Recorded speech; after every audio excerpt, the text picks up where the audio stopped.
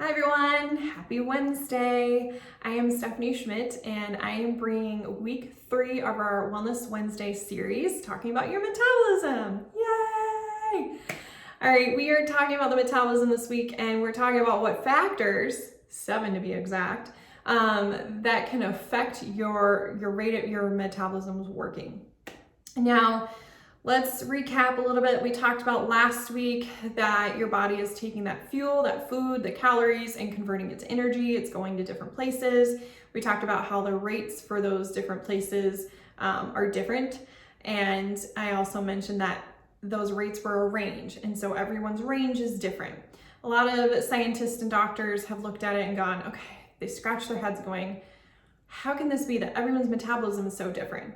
One, we are all created very uniquely, and there are different factors, and everyone's factors may be different depending on who they are. So that's the beautiful thing, is your metabolism is going to be different from my metabolism.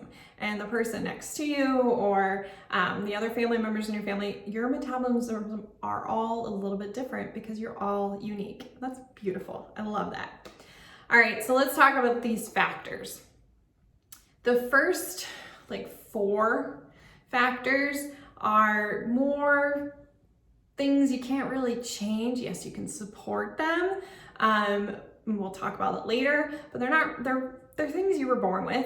And then the last ones are more the things that you can control or lifestyle, I would say.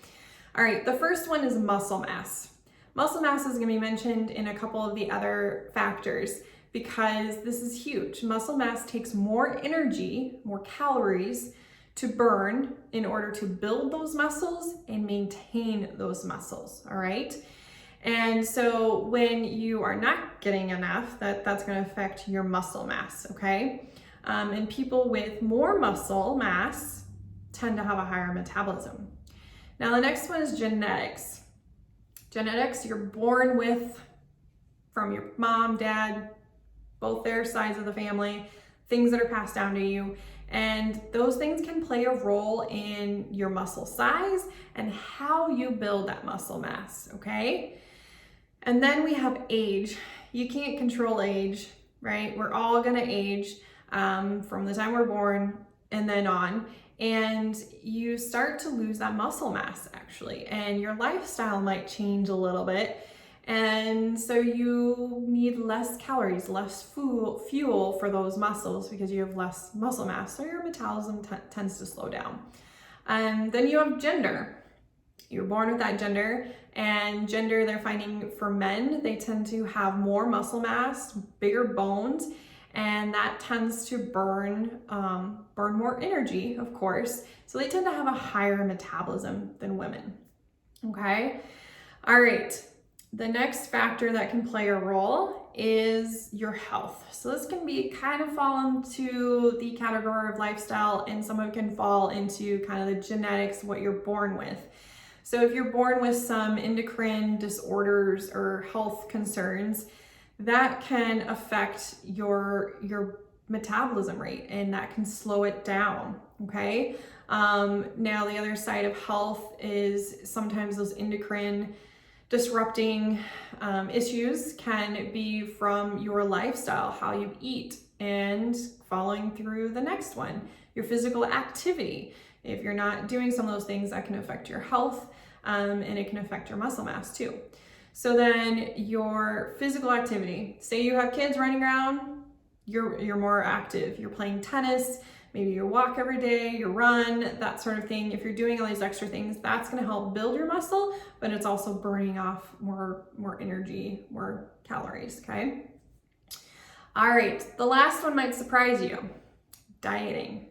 Dieting can slow down your metabolism, especially those crash diets. They can cause your metabolism to slow down because you are, yes, burning all this stuff, but you're also starving. You're not fueling the body the way you need to fuel it. And then when you do start eating again, you may put on a lot of weight because it's going into reserve mode of going, oh no. and it's not burning it off as fast and it's holding on to that sort of thing. So doing those crash diets can actually slow your metabolism down and be very harmful. All right, so why are we covering all these? Well, you're gonna see in the weeks ahead, having this foundation, understanding these factors, yeah, you can support them. There are ways to support your body and your metabolism. But next week, we're gonna cover, does your metabolism and weight, does that affect your weight, your metabolism? We're gonna discuss that and you might be a little bit surprised.